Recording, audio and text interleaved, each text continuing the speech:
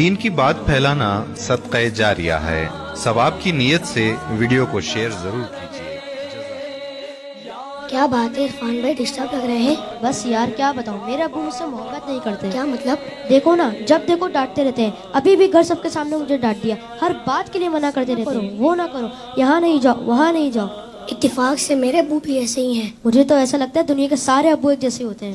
صحیح کہہ رہے ہیں آپ، نہ کہیں گھومنے لے کر جاتے ہیں اور نہ ہی کوئی میری فرمائش۔ صرف سنڈے کے سنڈے دیکھنے کو ملتے ہیں، ورنہ صبح جاتے ہیں اور رات کو ہمارے سونے کے بعد آتے ہیں۔ دوسرے بچوں کے پاپا انہیں مہنگے مہنگے کھلونے اور چیزیں دلاتے ہیں، میرے ابو تو بس مجھے امید ہی دیتے رہتے ہیں۔ جی ہاں، آپ نے بالکل صحیح کہا، دنیا کے سارے ابو ایک جیسے ہی ہوتے ہیں۔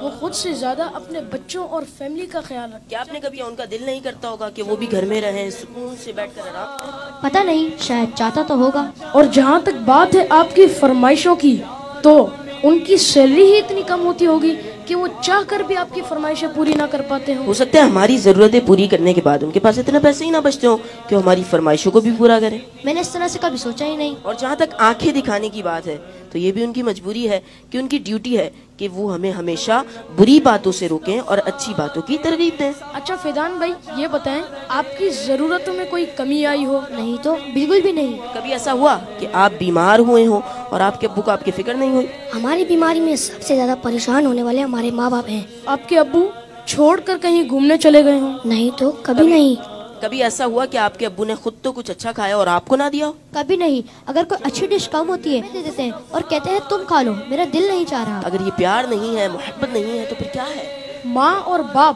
دونوں ہی محبت کرتے ہیں، لیکن ماں کی محبت نظر آ جاتی ہے اور باپ کی محبت کو محسوس کرنا پڑتا ہے۔ میں کتنا غلط سوچ رہا تھا اپنے ابو کے بارے میں۔ لو یو ابو۔ Love you very much. باپ ہی ہوتا ہے۔ باپ ایک سایہ دار درخت ہوتا ہے۔ آج ان بچوں کی باتوں نے مجھے اپنے والد بھی یاد دلا دیے۔ واقعی اچھے کھانے انہوں نے ہمیں ہی کھلائے، اچھی چیزیں انہوں نے ہمیں ہی عطا کی۔ اور وہ بچے جن کے والدین ان کی فرمائشیں پوری نہیں کرتے نا، انہیں یہ سوچنا چاہیے۔ صرف میں بچوں سے بات نہیں کروں گا، گھر کے اور بھی افراد ہیں، زوجہ بھی ہے، بیٹی بھی ہے، وہ آپ ہمارے لیے کچھ لاتے نہیں ہیں۔ بیوی کہتی شوہر سے آپ کچھ لاتے نہیں، اس بیچارے سے تو پوچھو اس کی مجبوری کیا ہے۔ صبح سے گھر سے نکلتا ہے، چاہے سردی ہو چاہے گرمی ہو، کوئی موٹر سائیکل پر جاتا ہے، کوئی بس پہ بیٹھ کے جاتا ہے، کوئی دو بسیں بدل کے جاتا ہے، بارش میں بھی جاتا ہے کہ چھٹی کروں گا تو تنخواہ کم ہو جائے گی، تنخواہ کم ہو جائے گی تو بچوں کو کیسے پورا کروں گا، اسکول کی فیس بھی دینی ہے، بچوں کے لیے کپڑے بھی لانے ہیں، کھانا بھی وقت پر لانا ہے، ہر چیز ہمیں تیار ملتی ہے۔ اس کی سورس کون ہے؟ وہ سورس ہمارے والد ہیں۔ اور بہت پیاری بات اس بچے نے کہی کہ ماں کا پیار تو نظر آتا ہے، والد کا پیار محسوس کرنا پڑتا ہے۔ پوچھو ان سے جن کا باپ چلا گیا۔ ایک سایہ دار درخت ہے، کبھی درخت کو دیکھا آپ نے؟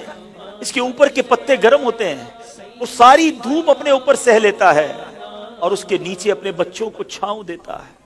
اگر لوگ بعض اوقات اپنے والد کی قدر نہیں کرتے، اپنے والد سے الجھتے ہیں، اپنے والد کو برا بھلا کہتے ہیں، یاد رکھیے میرے آقا فرماتے ہیں، اس کا مضمون یہ ہے کہ والد کی رضا میں اللہ کی رضا ہے اور والد کی ناراضی میں اللہ کی رضا۔ کبھی اپنے باپ کو ناراض مت کرنا۔ اگر وہ بوڑھے ہو گئے ہیں تو اب تمہاری باری آئی ہے، ان کی خدمت کرو، انہیں یہ احساس دلاؤ کہ اب میری باری ہے آپ کی خدمت کرنے کی۔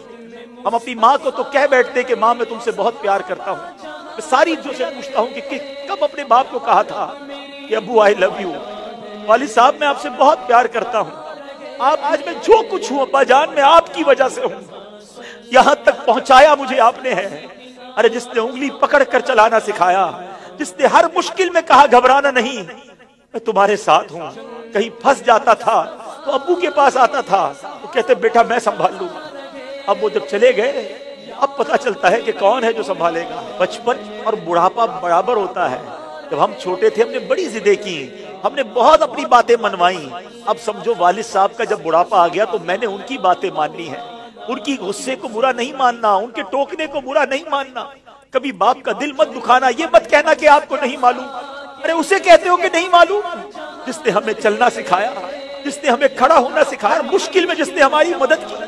خدارا میں ساری دنیا کے بیٹوں سے، ساری دنیا کی بچیوں سے، ساری اولاد سے گزارش کرتا ہوں، اگر تمہارے والد زندہ ہیں ان کو خوش رکھنا اور بوڑھے سانس دلاؤ ان کو کہ ابو جان آپ نے بڑا کام کیا ہمارے لیے،